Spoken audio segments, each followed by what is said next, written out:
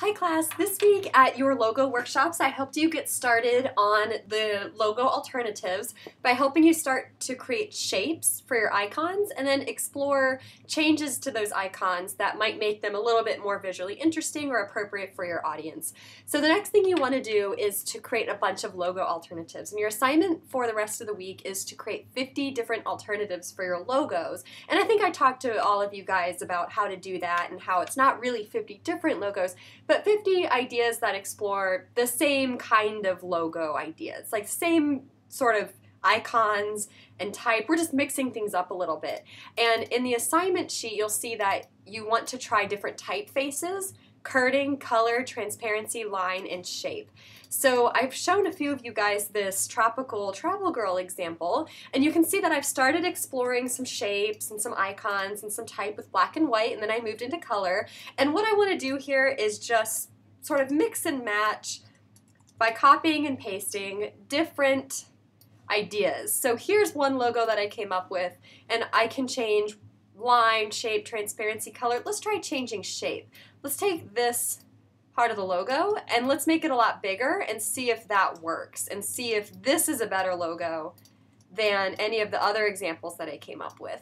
I'm not sure it is. I'm not really digging it, but you know, it gives me kind of an idea to change the shape a little bit, and instead of having a circle here, sort of cover up and do a half circle, and then put the words over top of it a little bit. I like that a lot better than the one to the left that I just did. But again, I'm going to keep the one to the left that I just did, just kind of as an example of something that I tried that didn't really work out. Maybe I can get inspiration from it later. There we go. So I like that a lot better, changing the shape. I think that works. But I still don't really dig the typeface, so I'm just going to keep copying and pasting and making different examples. Let's put this one up here, except I'm going to like mix and match a little bit. I don't really like this bottom part, but I like this one here, so let's put those two things together and see if that works. There we go. Yeah, I think it works okay.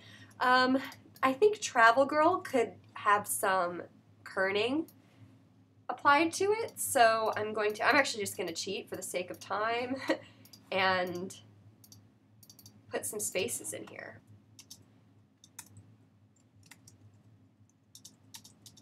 All right, that's way too long, so I need to bring the size down a little bit. There we go.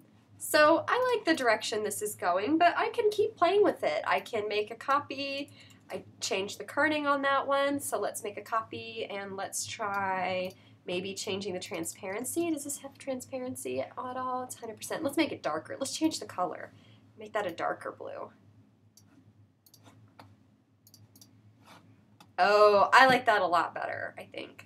So I'm just going to keep doing this. I'm going to copy and paste, change the color, copy and paste, change the shape. I can change the line. I can change the kerning. I can go from lowercase to uppercase. So I just want to do the same thing that we did in the logo workshop, which is just keep taking things that you think are getting better and trying to make them even better. So tropical, I like that. I actually think this might be too big now, so I'm going to bring this down a little bit. Maybe put it, oh, what if I put it here between the T and the L? Cool. Okay, I like that. Need this white box to be longer. There we go. Okay, I really think this is getting a lot better. I like where that's going a lot more than where I started.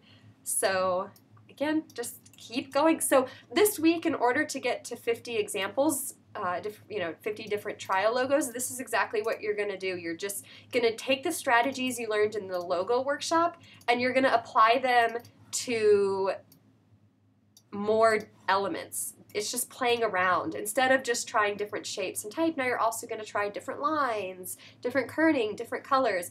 If there's any logo on this page that I think works, it's actually the one that I just did. But I wouldn't have gotten there if I didn't do all these other ones that you see. So this week, in order to get to 50, which by the way is the minimum, so 50 means you pass, The more you do, the better off you're going to do. If you come in with 100, you know, you're going to do well. You're probably going to get an A because you did double the amount of work that was required.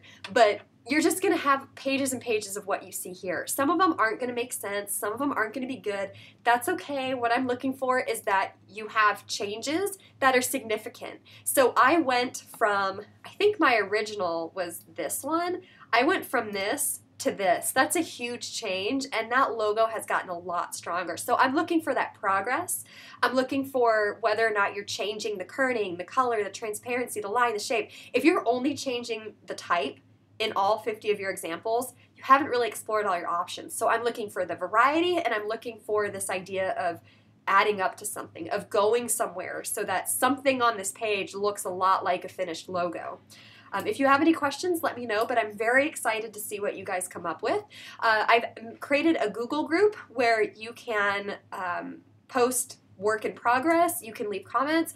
I've posted a section called requests. If you have any questions about how to work with your logos and you want to request from me a video on like how to make something look hand-drawn, or you know, how to do some other technique that you've seen before, make the request and I will fulfill it. Thanks.